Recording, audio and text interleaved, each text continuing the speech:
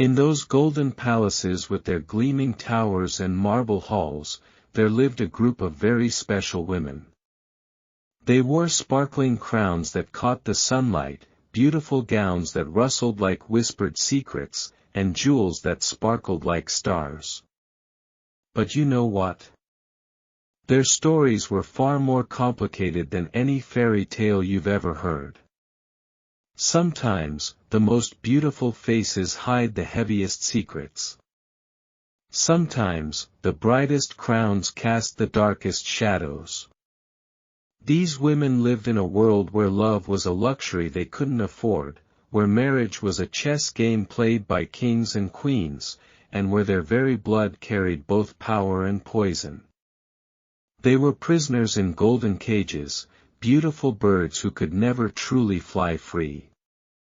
Close your eyes and let me take you on a journey through time, through corridors of power and chambers of sorrow. Number 10, Isabella of Spain. Our story begins with a little princess named Isabella, born when the world was changing rapidly around her.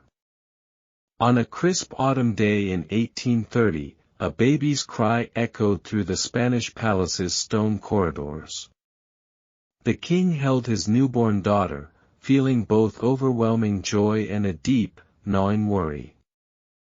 But why worry about such a precious little bundle, you might wonder. Because this little princess's family had a terrible tradition that stretched back centuries. They only married their own relatives. Uncles married nieces as naturally as the sun rises each morning. Cousins married cousins with the blessing of the church. Like a circle that never opens up, never lets fresh air in, never allows new life to flourish. Isabella's very existence was the result of an uncle marrying his niece. But the web grew even more tangled. Her grandparents on one side were also her great-grandparents on the other. Imagine a family tree that loops back on itself, branches growing into each other until you can't tell where one ends and another begins.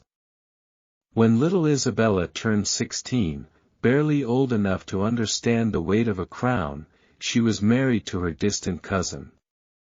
The wedding was grand, with golden carriages and silk dresses, but it was also a funeral of sorts, the death of choice, the burial of dreams. She had 11 children, each one a hope, each one a prayer. But only 5 survived to see their childhood end. The others were like delicate flowers that withered before they could bloom, their tiny hearts too weak to carry the burden of their twisted bloodline. And here's a secret that whispers through the palace halls: many believe her husband fathered none of those surviving children. Their marriage was strained, shadowed by unspoken truths and private sorrows. Isabella eventually lost her crown, but her legacy remains, a warning written in blood and tears. Number 9, Marie-Louise of Austria. Far away in Austria, where the mountains touch the clouds and the air is thin and cold, there was a girl named Marie-Louise.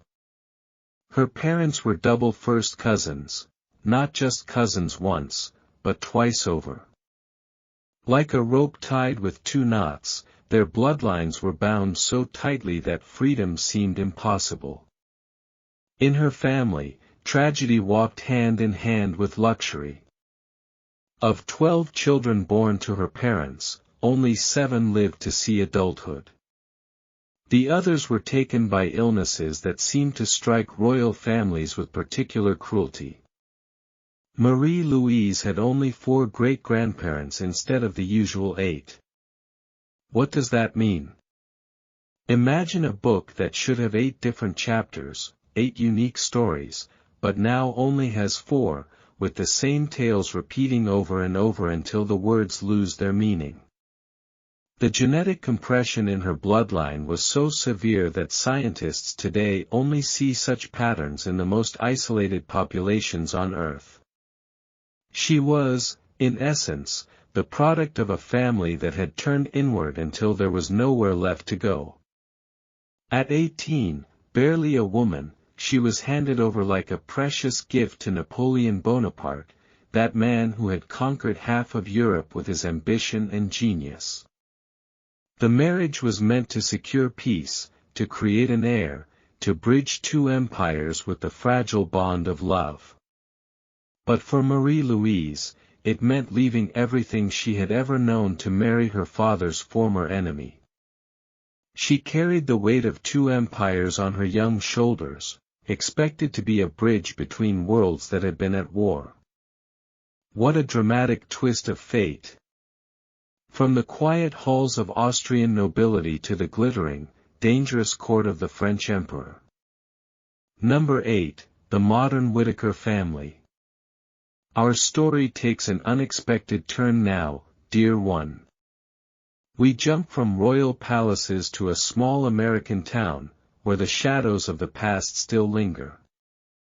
There was a woman named Lorraine Whittaker, and her story shows us that this curse of blood didn't disappear with the end of monarchy. In the hills of rural America, far from golden crowns and marble halls, the same tragic patterns continued. In that isolated little town, surrounded by rolling hills and forgotten by time, generations kept repeating the same mistakes. They lived in a world apart, where outsiders rarely came and secrets were buried deep. Lorraine's son Timmy is considered one of the most genetically complex people in the world. When documentaries were made about their family, the world watched in horrified fascination. This wasn't ancient history told in dusty books, this was happening now, in our modern world. The Whittakers became a living reminder that the past is never truly past, that the choices of our ancestors echo through generations like whispers in an empty hall. This isn't an ancient legend, dear. This is modern reality, as real as the pillow beneath your head. Number 7, Maria of Portugal. Let's travel back to 18th century Portugal, to a land of spices and sea breezes, where explorers once set sail to discover new worlds. There was a princess named Maria, born in 1734 when the world was full of possibility. People called her Maria the Pious, because of her devotion to prayer and good works. But perhaps, Maria the Troubled, would be more accurate, for her story is one of mounting pressure and gradual breakdown. Her parents were the 16th Iberian royal couple joined by close intermarriage.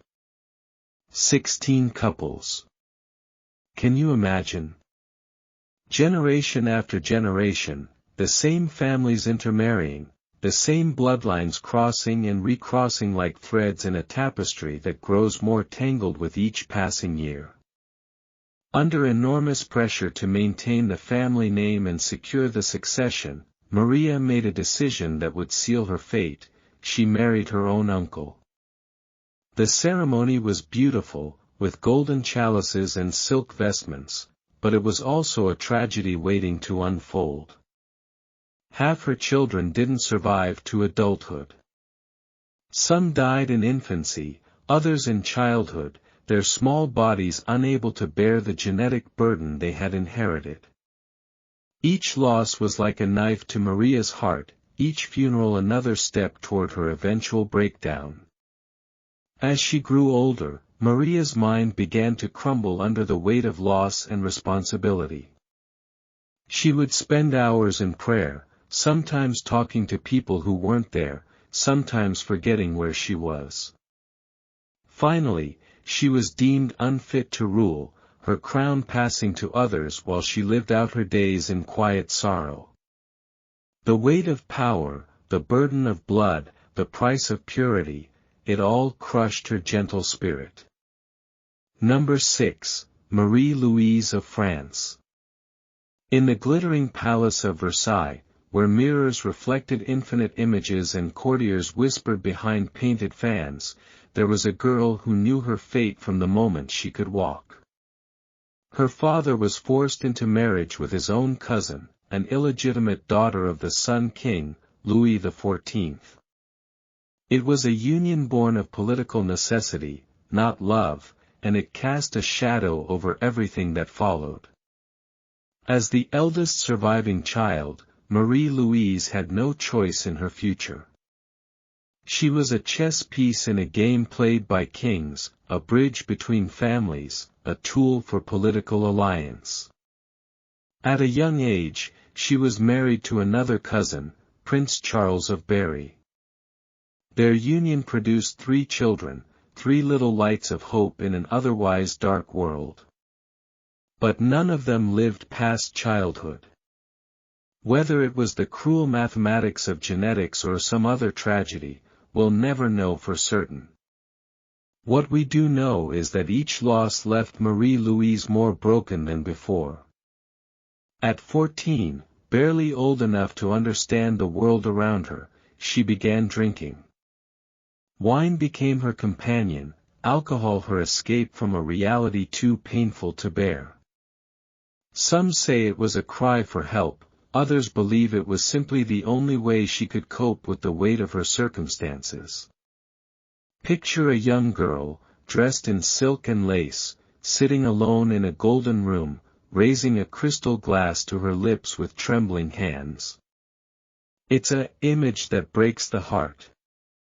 Her legacy is a tragic tale of duty over happiness, of political necessity over human compassion, of a system that devoured its own children. Number 5, Princess Alexia of Greece. Time moves forward to 1965, when the world was changing rapidly. The Beatles were singing on the radio, humans were reaching for the moon, and old ways were giving way to new. Princess Alexia was born into Greek royalty during this time of change. Her parents seemed like a perfect match, the handsome King Constantine II of Greece and the beautiful Queen Anne-Marie of Denmark. They appeared to be a fairy tale couple, young and in love. But appearances can be deceiving, dear one. They were both second cousins and third cousins, their bloodlines intertwined not once but twice. Double blood ties, like 2 ropes bound together, creating a genetic connection that was as strong as it was dangerous. Their family trees were heavy with repeated names and tangled branches. Constantine's great-grandparents were siblings. One of his grandmothers was also the sister of his great-grandfather. The patterns repeated like a song that never changes key. Anne-Marie's ancestry carried its own twisted legacy, loops and connections that went back generations. When they married, it wasn't just a union of 2 people, it was the joining of bloodlines that had been crossing and recrossing for centuries. Even in the modern world, with its jet planes and television sets, ancient traditions continued. The old ways died hard, especially in the marble halls of European royalty. Their children, including Alexia, inherited this double legacy, the privilege of royal blood and the burden of genetic risk. Number 4, Maria Antonia of Austria. In the vast Habsburg Empire, where power stretched across continents and the sun never set on their dominions, there was a woman whose story was almost forgotten by history. Her name was Maria Antonia, and she represented the absolute pinnacle of Habsburg inbreeding. While her infamous relative, Charles II of Spain, is often cited as the ultimate example of genetic disaster, Maria Antonia's family tree made his look simple. Her ancestry wasn't a tree at all, it was a dense spider web of connections, a genetic knot so complex that scientists today struggle to map it. Some have called it a genetic circle rather than a lineage, a closed loop that turned endlessly in on itself. The extent of her inbreeding was so severe that her genetic similarity matched that of a child born to 2 full siblings. Yet she lived, breathed, and even thrived in her own way, a testament to human resilience in the face of impossible odds. History forgot her name, perhaps because her story was too uncomfortable to remember. But genetically speaking, she stood at the peak of Habsburg inbreeding, a quiet monument to a family's obsession with purity. In the shadow of greater names and more famous tragedies, she remains a forgotten figure, yet her story is perhaps the most extreme of all. Number 3, the nameless princesses of ancient Egypt. Let's travel back, dear one, to a time when the pyramids were young and the pharaohs were gods walking among mortals. In the Valley of the Kings, where the desert wind whispers secrets and the sand holds memories of ancient glory, archaeologists made a heartbreaking discovery. In Tutankhamun's tomb, among the golden treasures and sacred artifacts, they found 2 tiny mummies, 2 infant girls who never saw the light of day. They were called 317A and 317B, numbers instead of names, their true identities lost to time. But we know their story, and it's one of the saddest in all of history. These were 2 little princesses who never took their first breath of desert air. Their father was the boy pharaoh Tutankhamun, barely more than a child himself. Their mother was Ankhesenamun, who was not just their father's queen but also his half-sister. The pharaohs of Egypt believed that divine blood should not be mixed with mortal blood. They practiced sibling marriage as a sacred duty, believing it would preserve their godlike nature. But the gods, it seems, had other plans. Tutankhamun himself was the product of generations of such unions. His DNA tells a story of a bloodline so compressed, so turned in on itself, that by the time these little princesses were conceived, their chances of survival were heartbreakingly small. Their short lives, marked by deformities and weakness, serve as a reminder that even god-kings could not escape the cruel mathematics of genetics. The desert sands have buried their names, but their story echoes through time, a whisper of what happens when the pursuit of purity leads to destruction. Number 2, modern-day Kimberly Colt. Our journey brings us to modern Australia, to a story that shocked the world when it came to light in the early 2000s. Kimberly Colt was born into a family that had lived in isolation for generations, far from the prying eyes of the outside world. They were known publicly only by a pseudonym, their real names hidden to protect what remained of their privacy. This family had practiced multi-generational inbreeding, creating a closed-loop community with almost no outside genetic input. For decades, they lived in their own world, governed by their own rules, isolated from the broader society that might have intervened. When the truth finally came to light, authorities were horrified. Police investigations followed, arrests were made, and the world watched in fascination and horror as the details emerged. Kimberly, born into this environment, became one of the most genetically compromised individuals ever documented. Her case wasn't about royal pressure or dynastic pride, it was about what happens when isolation and secrecy allow old patterns to continue unchecked. This wasn't ancient history, dear one. This was happening in our modern world, in the age of computers and cell phones, proving that the past is never truly past. Number 1, Cleopatra II. Finally, we reach the pinnacle of our story, the woman who more than any other embodied the full force of calculated inbreeding for political power. Forget the beautiful Egyptian queen from Hollywood movies, with her perfect makeup and dramatic love affairs. The real Cleopatra II was something far more complex and tragic, the ultimate product of Ptolemaic dynasty obsession with bloodline purity. Though she ruled Egypt, Her blood was purely Greek and Macedonian, descended from Alexander the Great's general Ptolemy. When the Ptolemies took control of Egypt, they brought with them a tradition that would define their dynasty for 3 centuries: they would marry only each other. Brother married sister. Uncle married niece. Cousin married cousin.